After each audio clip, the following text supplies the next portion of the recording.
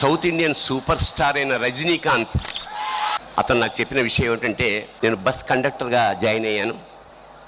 Bus కండక్టర్గా join అయిన తర్వాత entertain చేస్తూ ఉండేవాడు డ్రైవర్స్ని, పక్కన మిగతా ఫ్రెండ్స్ని. అరే చాలా మంచి ఆర్టిస్ట్ ఎవరా, నువ్వు ఎక్కడికైనా చెన్నై వెళ్ళిపోవచ్చు కదా అని వాళ్ళంతా అడిగితే, అతని బస్ డ్రైవర్ తన మెడలో ఉన్న బంగారు chain, here comes the friendship, అలాంటి ఫ్రెండ్ ఉండాలి మనకి.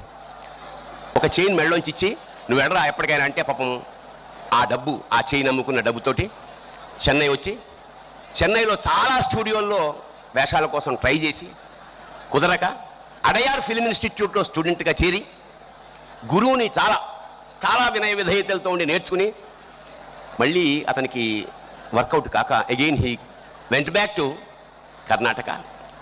Now he decided to commit suicide.